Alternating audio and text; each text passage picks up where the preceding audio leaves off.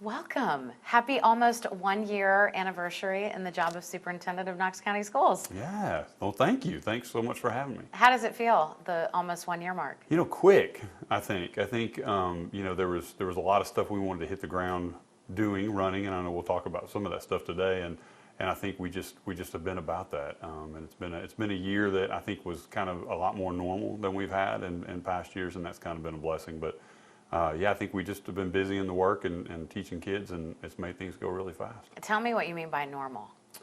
I think just the last kind of, even as a country, we've been divided by lots of things, and from the pandemic, I think that had a lot of impact on schools and how we did things. I mean, I was as assistant superintendent, I was on the phone call for about 7 hours after Governor Lee announced the whole closure of things, and we were on my very first Zoom call.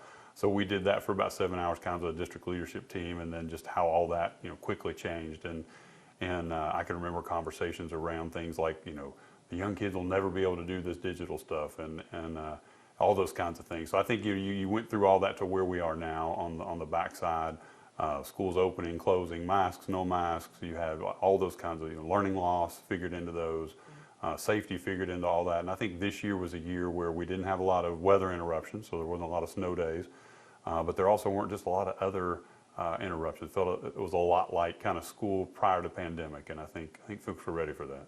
We had like one weather day, I think. We did. That was for severe storms. It was. If I'm remembering correctly. It was the time it was going to hit was we were a little worried about buses and that sort of thing with high winds, and so we thought, well, we have these 8 days, we might as well use one, and it was good. So everyone was happy with that. Students and teachers are crying that you didn't use any more than one. Yeah. No, and I always said that everywhere I went. That was kind of our question through January through February, all the schools I'd visit, and I was like, we just need a little snow. Like, I'm ready for one too. We didn't have any snow, so. That's crazy.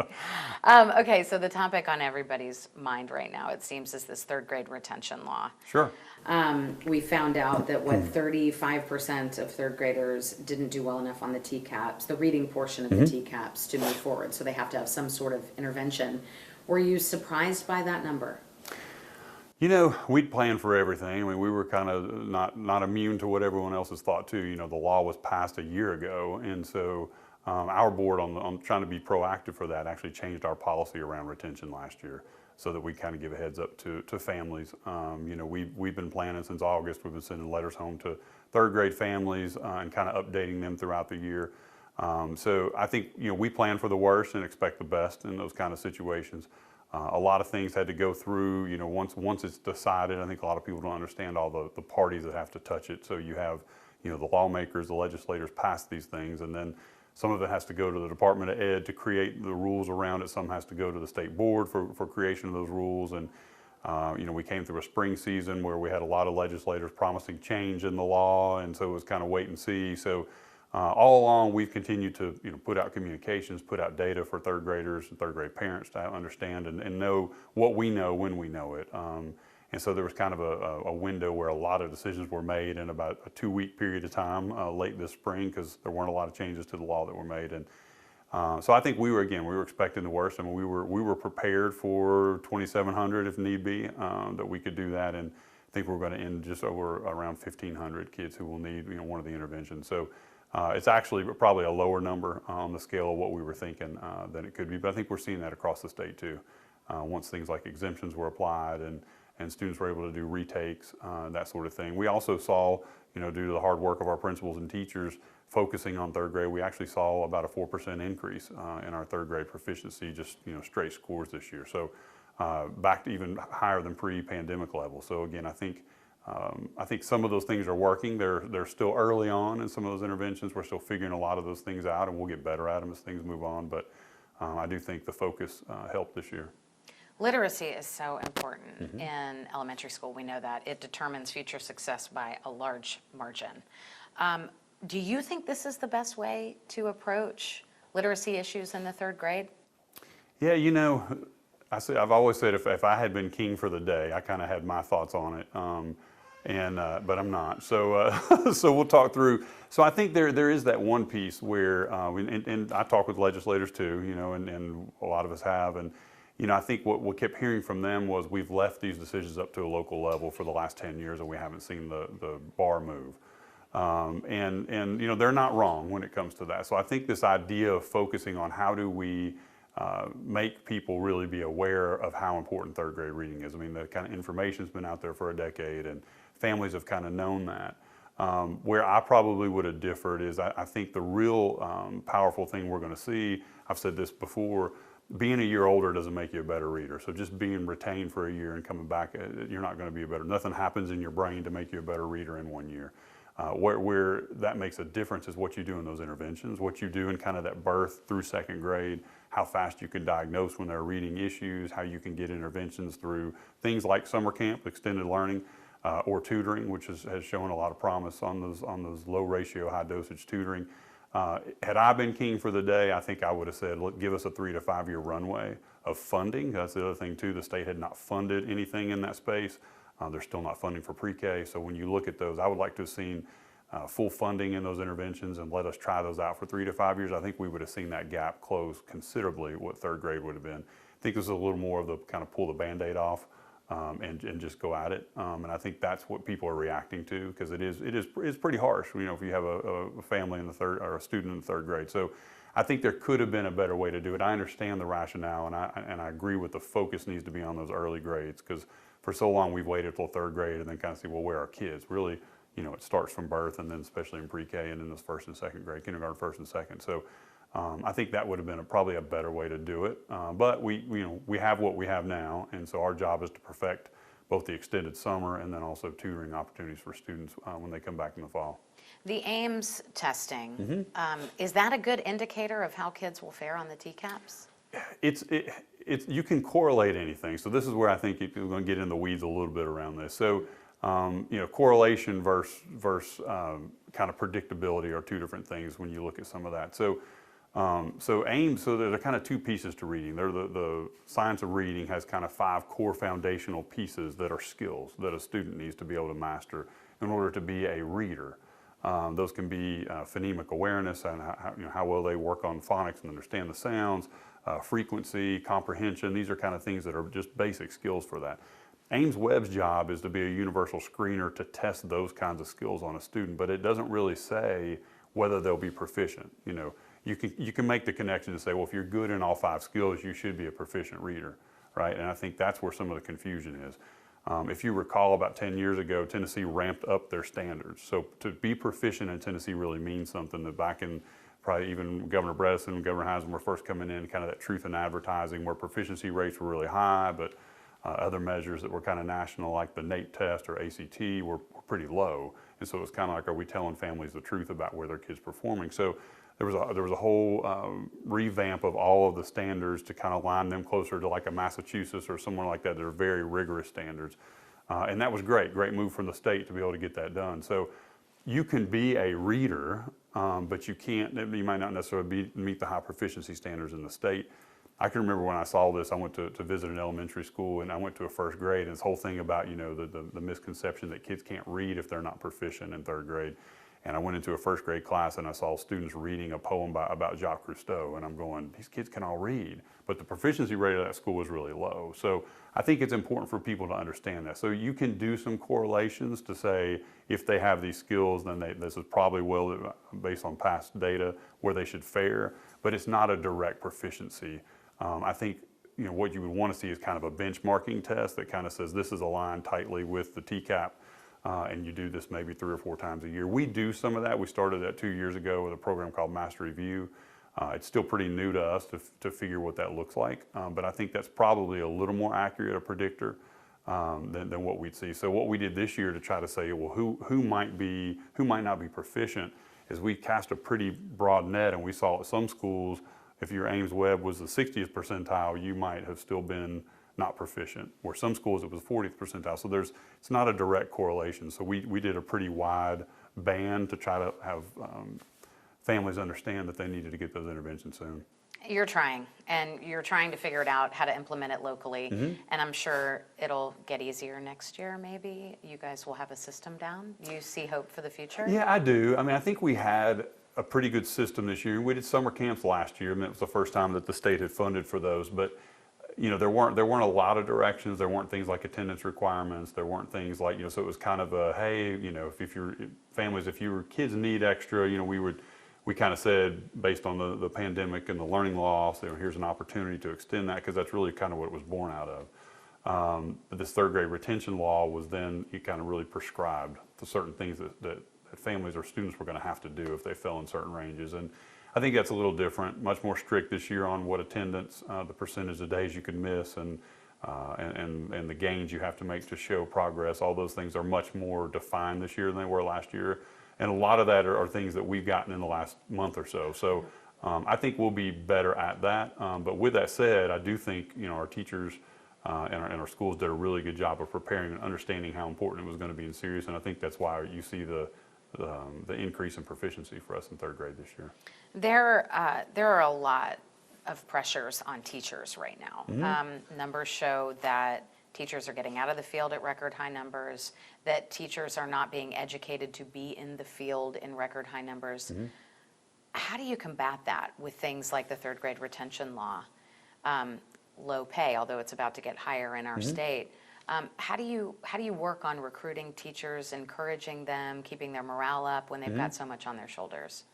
Yeah, I think there's a couple pieces with that. I mean, one is, you mentioned, salary. Salary is always a factor, but salary in and of itself is not going to keep people. That when we hear kind of those trends, it's not, well, if I just made $5,000 more, I would have stayed. It's usually the other frustrations about things that lots of times are out of their control. Sometimes we hear safety, and just the concern of, sometimes we hear students and some new challenges that they're facing that they bring to school.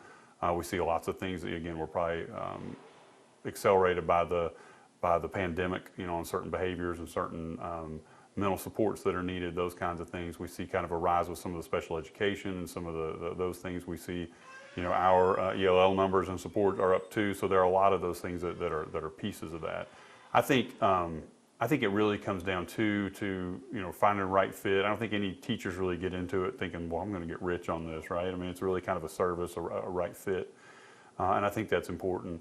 We're seeing in lots of the schools, colleges and universities are not producing the number of teachers they have in the past, and so we're going to have to continue to think outside the box in order to make sure that we have enough applicants to get those things done, and we're doing some things in that area. We have something we announced last year was we have a talent acquisition part of our human resource department that's a new division of our human resource department that's looking for non-traditional ways to have more teachers come into that field. One other factor too is just, when you start talking about teaching assistants and some of the other support roles, we've had a harder time filling those in the last couple of years, just a full education. And so that's extra stress put on teachers too. So, I think our goal will be to continue to hold that high bar. This year's budget, we've put a 4% in for teachers, and that will be the third year in a row that's happened, which has never happened in Knox County. And then really working also, we've gone to a 12% for people like teaching assistants and folks who work in the front office, those kinds of things, to try to keep their pay up, because that continuity of those people in the building make that happen. Custodians are another one that we went to a 12% raise for this year. Just trying to get all the support positions there as well. I think that will help teachers. And then I'll say this too, I think coming out of the pandemic, I think schools kind of became the center of everything for a community, and we're expected to handle everything. And something we have spent this year on is really talking about our 4 priorities and saying, this is really the work of a school system, and then really extending our arms and our hands to the rest of the community, this is community work, and really trying to make that clear what a teacher's job is, what a principal's job is. And I think, again, through the pandemic, it was kind of all hands on deck. So us to try to really define what is it we're uniquely positioned to do that no one else in the community could do, and making that the job of a teacher. And that really is kind of captured in our 4 priorities. So Governor Lee just signed into law that a minimum salary for a teacher is going from $35,000 to $50,000 by 2026. Right. What's the timeline for local teachers? So we'll meet that. That's part of our goal, and so part of the way you do that is you do that incrementally up into that time, and so that way you keep the budget intact too. So we're really working in this budget cycle where we have gotten additional state funding this year to try to clear out other things in our budget that we roughly have close to $20 million that's just capital projects that leaks over into our general purpose. So we're trying to pay some of that down to free up dollars for future budgets so that we can continue to meet that. we're still not totally clear what may or may not come from the state in the long run to get to that. So we're trying to take care of that ourselves internally. And so our goal will be to continue that steady, 4% and see if we can get to that level in a few years. You mentioned the substitute teacher shortage. At least at some local schools, I've heard examples of when one of the teachers can't come in for that day, they're putting the kids in divvying up the kids among the classes, and then it puts more burdens on those teachers. Things like that. One of the teachers at a local school that I know about one teacher left, and they didn't even have one applicant for the teaching position, and so those kids got dispersed into the other classrooms as well. What do you say to teachers who are dealing with these kinds of things to keep their spirits up, to keep them going? Yeah, I think to that, we're working on those things, and you're right. I mean, that's very real. That it used to just be certain certifications we couldn't find, and at this point across the country, we're seeing that, seeing that everywhere. So. We continue to try to put some things in.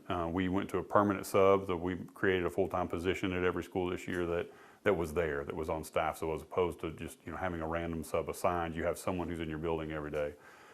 Trying just different things like that to know that at least it's a familiar face who understands the school and the staff has confidence in.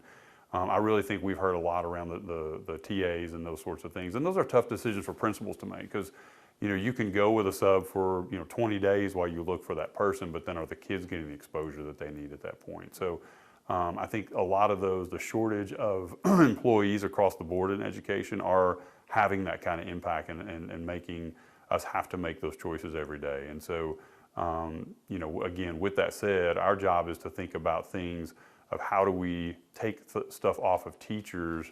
No one else can fill that role of teaching, right? So we can't just create a teacher. They're going to do that.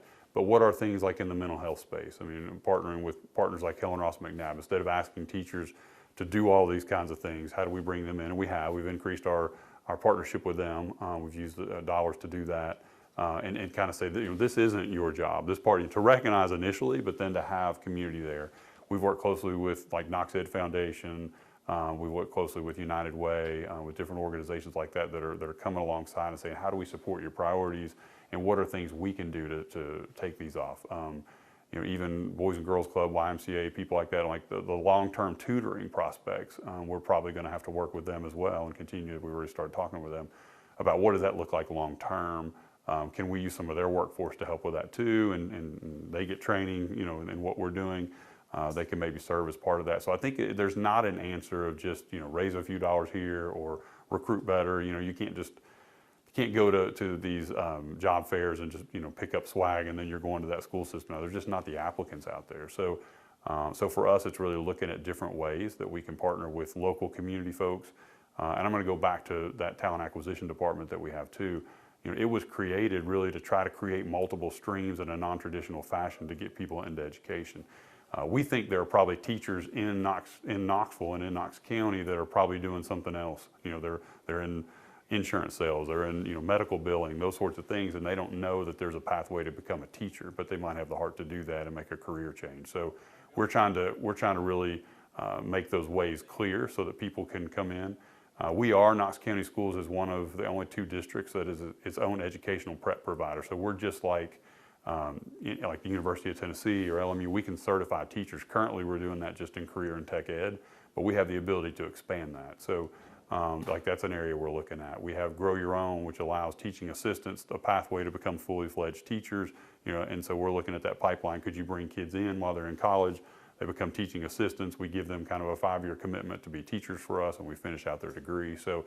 I think we're going to have to build a lot of those kinds of pathways, and we're seeing some early success with those, but really to scale those up because, again, there's not enough folks just going into education in college right now. That has to be weird for you, being a career educator. Yeah. What is going on? I think I think education hasn't always had a great rap over the last 10 years. I think there's a lot of those things. If you do well in high school, then are you going to be an attorney or a physician? Kind of like that's the whole thing. And I think seeing those, what all is in a career, we have 60,000 students, and we're the top 70 district in the nation, and so we have jobs for everybody who can come work for Knox County Schools, if that's in maintenance, if that's in IT, if that's in and in a school in and of itself. So I think just marketing differently. I think for a long time it was kind of like, well, if you want to teach and raise a family, and someone else has, your other partner is doing the insurance thing, and all that, like you have, and it's more than that. I mean, as we see now, schools turning into kind of a year-round thing. There are plenty of opportunities, jobs like interventionists that we never thought of, instructional coaches that weren't there before. So there are a lot of pathways to advance beyond just the classroom, or even to stay in the classroom. We have department chair stipends now, we have lead teacher stipends now, so kind of diversifying what those leadership roles or mid-management roles look like. I think a lot of people didn't see that. You either taught or were a principal, and that was kind of it. And I think now we have a lot more opportunities for people to contribute and contribute to their community and to the building of the next generation. And I think we just have to do a better job marketing that. Let's talk about school safety. Obviously a big topic, especially in Tennessee. It feels like that Covenant school shooting in Nashville, it almost felt like it was so close to home. I think it got real for a lot of people and a lot of families. Obviously, our legislature was talking about it as well, and our governor. How did that sit with you? I think you're right. There's those times when those things happen, and it's you feel that and feel the closeness of that. But I think we've been feeling that for the last 2.5 years. So the fact that it's fresh again from that, but there's so much that's changed in the world in the last 3 years around that. I mean, it's not uncommon to watch the news if it's a theater or a mall or wherever that's happening. So, we've been taking that serious for a long time, and so I think emotionally our hearts go out to that community, but I don't think it really changed a whole lot in what we needed to do to prepare. It wasn't a wake-up call for us, I guess. So, Chief Perryard has done a great job. We have roughly 120 of our own officers that are in our division that are bonded by the Sheriff's Department, and that's been going on for a long time. I've said I'm actually going later today to go talk to our new class of enrollees for the program, and I still say that's our best bet. There are things that change every time something happens, and so everyone wants this surefire way to go. That's it. Put in a secure vestibule and everything's fixed. Put in a metal detector and everything's fixed. And every time one of these happens, there's something different, right? And so that's why I go to say what we've been saying all along, to have a highly trained armed officer in every building matters, and that's been a commitment our district's had for a long time. Great partnership with both the Knoxville Police Department and the Knox County Sheriff's Department. We've only seen our relationship grow in the last few years, and even on communications and those kinds of things, like we talk regularly with them. And I think that's grown, and we have connections with TBI and FBI too, Homeland Security, that are regular scheduled meetings that we have and have been going on for a long time. So I think those things have us ready. But for us, an armed officer in every building, a highly trained staff that understands, we're practicing our protocols, we're doing whatever the best research-based things are. We continue to have an individual safety plan for every one of our schools because they're all different. We have 90 facilities. Some were built in 1940, some were built in 2020, so you have, everyone's got its own features, and there's not a one thing for all of them that fix it. So some need film, some need a vestibule, some need entry doorways, some need, so we have all those things that are working in each one, and we update those plans regularly, work with law enforcement to update those plans and review those. And then I think the other thing that's real important is, see something and say something. We know most of the stuff, what we're seeing in all these trends in the last couple of years is, it's a social media post, it's a conversation between a friend, it's something a parent saw, and we're saying, say something about that. And we're starting to see more of that. When we see the number of threats that we look at on a weekly basis, and then we investigate and we get law enforcement involved in, I think to some people that will be concerning, but we see that as a positive, that people are actually talking about it and sharing the information, not sitting on it. And we take every one of those serious, and we're very thankful that the vast majority of those end in nothing, but we know that and we can define that, but we still take them all very seriously. Moving forward, do you see more investments in things like metal detectors and shatterproof glass and things of that nature? Yeah, we will always be researching kind of what's there, what's the, again, working with the Sheriff's Department, working with KPD, working with all the folks that we've talked about, and really kind of go, if there is a thing that becomes a new standard, then we're willing to move forward with that. But I think schools are unique too, and that there's this whole institutionalization that you want to be careful of. And schools still need to be welcoming. Schools still need to be inviting. They don't need to be a place that that there's a lot of fear in. I can still remember going from the incident that happened at Austin East a few years ago, going to those community meetings after that, And the knee-jerk reaction was, metal detectors and clear backpacks and do all these kinds of things. And I remember being in the auditorium with a bunch of parents who turned out, who stood up and said, my kid wants to come to school. Like, my kid didn't do anything wrong. My student, enjoys this, and they're a member of this, and they're excelling in that. And, I don't know that I would keep my student here if this is what we do. And so I think that's a careful balance that we have to think about too. You have that at an airport, we get that, but you don't have that when you go to Target or the mall or those kinds of things. So I think we want to make sure schools remain safe, but remain welcoming too. And I think that we continue to deploy different things and stay on top of the research. And we don't talk about a lot of those, the film and the windows and you'll see construction things happen.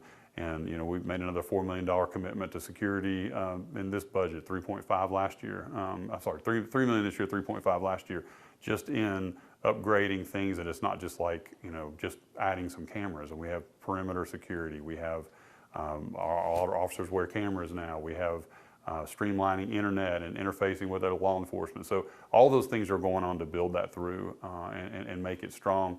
My hope is that we don't ever have to go to that level, because I do think you lose a little bit of what school's supposed to be when you get to there. So right now, again, I feel like we're doing what we need to be safe and be secure, and our response time is fast on all those things.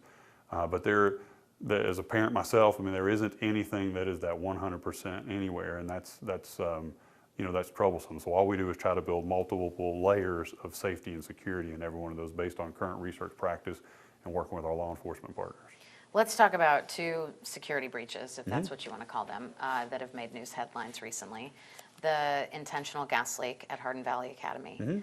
A lot of the parents were critical of the response time, that the school wasn't immediately evacuated, that just the wing was, and that they weren't notified quickly. What do you make of that, and how have you learned from it? I'll say, first of all, there's an ongoing investigation, so there's not a whole lot I can say about some of those things. But I will say that, it is our goal to be as transparent as possible. A couple months ago that, we called for a full review that we'll share with the board and we'll share publicly. We're in the middle of that. Again, obviously, when law enforcement's involved in investigation, that stalls those things out. And we're current on ours. We're just not able to speak to a lot of that publicly right now. I think it goes back to kind of what we said before. It just reiterates the importance of practicing protocols, being familiar with those, every staff member knowing what to do in those situations, and us being clear and us taking quick action, number one, to keep students safe and to keep staff safe. And once that's done, then just being transparent in what we can say, and making sure parents know that, because we know, word travels fast and folks want to know. Our first thing is to make sure everyone's safe, and then is to communicate out. And I think there are some things in that will come to light, I think, as this investigation wraps up. The situation at West High School, where the student brought the gun in his backpack, it discharged accidentally, grazed a teacher. Parents were critical of kind of the same thing, the response. Did they know quickly enough? They were alerted, I believe, an hour later after the incident, but they never knew it involved a gun. It was just a loud noise. And then I believe an hour after that, maybe a little more, it's when they decided to do the early dismissal and put it on a medium lockdown. How do you feel like that went? Having been involved in it, I think it went as planned. I don't think there was anything that day that didn't, outside of it happening, right? There was everything else followed protocols, and looking in those. So again, there are investigations that go on with that part, but we work very closely. KPD is the law enforcement partner for that school. We were in conversation with them early on. The school reported out the information they had at that time, which was accurate at that time. There were more things that as they continued to look in, that they became more aware of, and which again, first thing, get everybody safe. Second thing is start looking into that. We work closely with KPD on that. We were aware what they were going to release. Our part of that was I was going to do live interviews on the backside, so all that was orchestrated with them as well. They gave more detail, again, because it was their investigation at that point of what they felt they could say about naming the weapon and doing those things. And then we went live on interviews, and they knew we were going to do that too, and were able to answer questions at that point. So situations happen and they're not always clear in the moment of exactly what's happening. But again, what was reported out was accurate in that moment. Kids were safe in that moment. And then as we continued to learn more, as we worked with our law enforcement partners, we shared that out. And so that was, that's kind of how those situations evolve. When it happens. So I do feel like we shared as much as we were able to share, and that we, were willing to be transparent and do live interviews to talk through and answer the questions we could. Okay, let's talk about mental health. Obviously, a big initiative for you guys to partner with McNabb Center on more crisis intervention specialists, more counselors in schools. I believe that's expiring, though, at the end of this year, or are you guys going to keep it going? Well, it's just different funding sources. So we have a lot of things, initiatives that we have going right now are still part of the ESSER, the relief dollars that came in. And those will end September 2024. So we have a lot of things that are in there now. Again, part of our budget this year of trying to be conservative and to try to pay off things like debt so that we can move certain things into the general operating budget moving forward that have proven to work. And I would say partnerships with community partners like Helen Ross McNabb for mental health support has definitely something that has benefited us.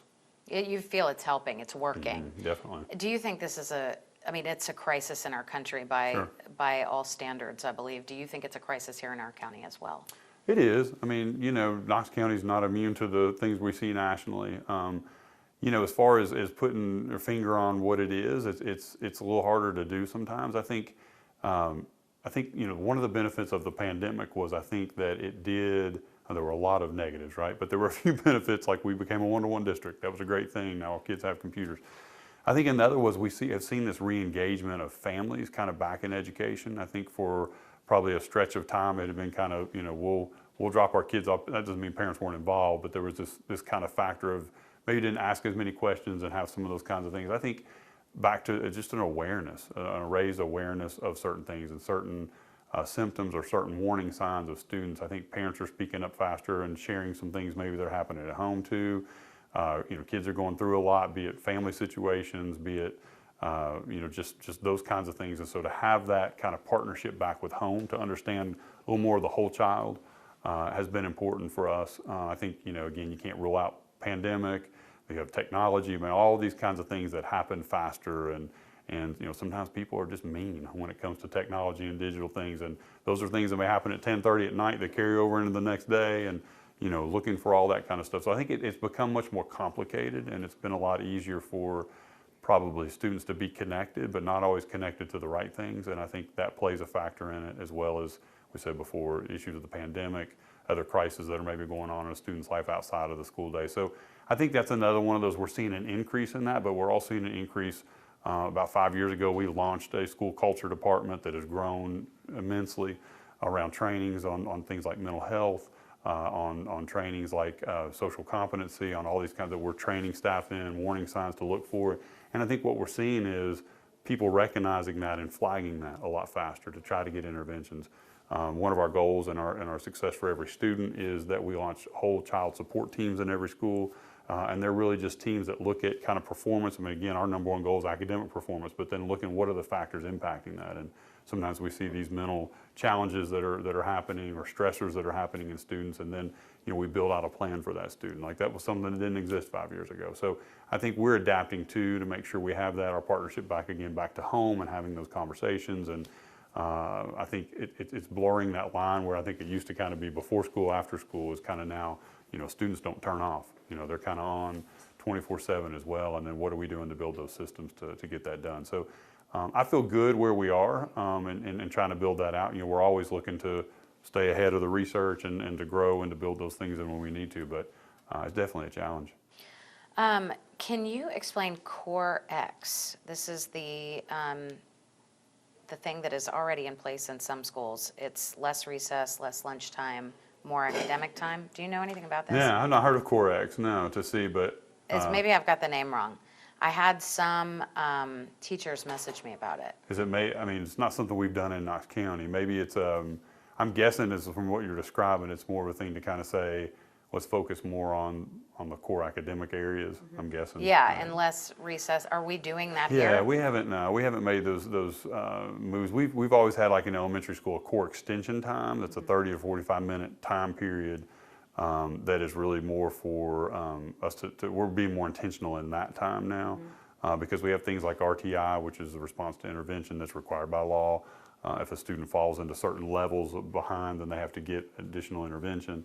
Now we have the tutoring that's going to be required for students too. So what we've tried to do is address that with trying to figure out how to use that 30 to 45 minutes a day and try to make sure we're maximizing and getting kids intentionally assigned to the right groups to get the intervention that they need during that time. So, you know, I think all of those pieces are important. You know, we visited pre-K classrooms this year and you know, you see the focus on, we definitely need that focus on reading skills and math skills and doing that. But you know, there's also space for play, and there's, you know, recess time, and there's requirements for that by law. So there's like, I think, you know, the laws continue to pass to use this finite amount of time we have in a day that we're supposed to fit all these things into.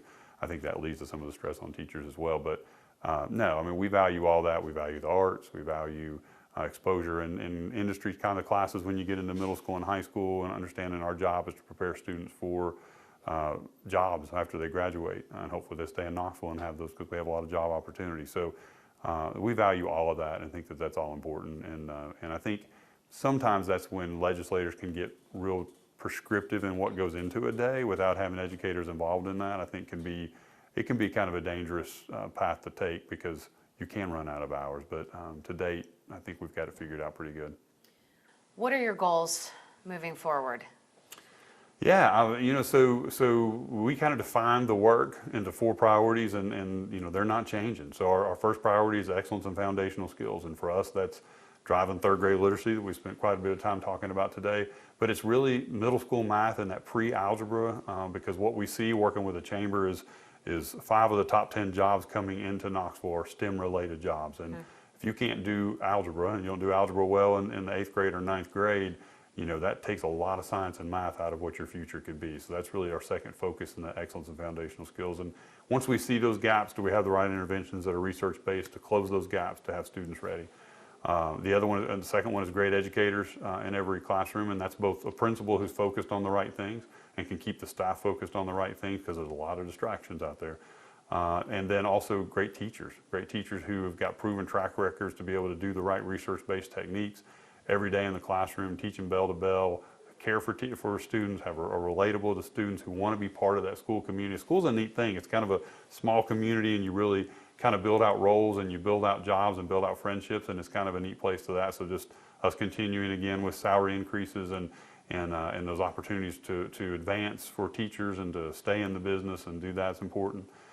The third one is career empowerment and preparation, and that's why we exist. I mean, our job, we're the only show in town that's getting students ready for life after, the next generation, and making sure we have those exposures. We've really done a lot with our 865 academies this year to really open up, bridge that gap between local business and schools. I think for a long time, local business has kind of wanted in, but there's not been a landing strip for them to come in, so it's kind of been, we'll just write a check for a fundraiser, as opposed to, you know, come be a guest speaker, allow us to take field trips to your place, do externships for teachers, where teachers can actually go out for a day and spend it at the workforce and kind of add those connections back to when will I ever need this, that question's asked by their teacher.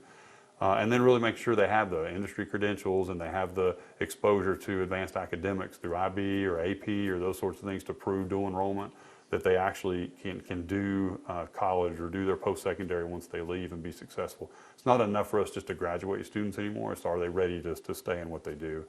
And then our final one is success for every student, and that is just looking at, you know, whether you have challenges of language or special education needs or tutoring needs, and what are we doing to kind of fill in the gaps for all those students. Our Region 5, Fulton and Austin East feeder patterns fit into that one as well. We've launched a 5-year strategic plan for those 2 schools and their feeder patterns a few weeks ago, just really saying, well, how are we going to be intentional as a district to build out structures and systems for kids who maybe are challenged economically and don't have the exposure that they need. So I think that's something for the next 5 years. So really next steps are just do that over and over, right? And just that, like I would say, that is the work of a school system. I want to think you could pick those 4 priorities up and drop them anywhere in the United States, and they'd go, yeah, that seems right. That's what a school system should be doing.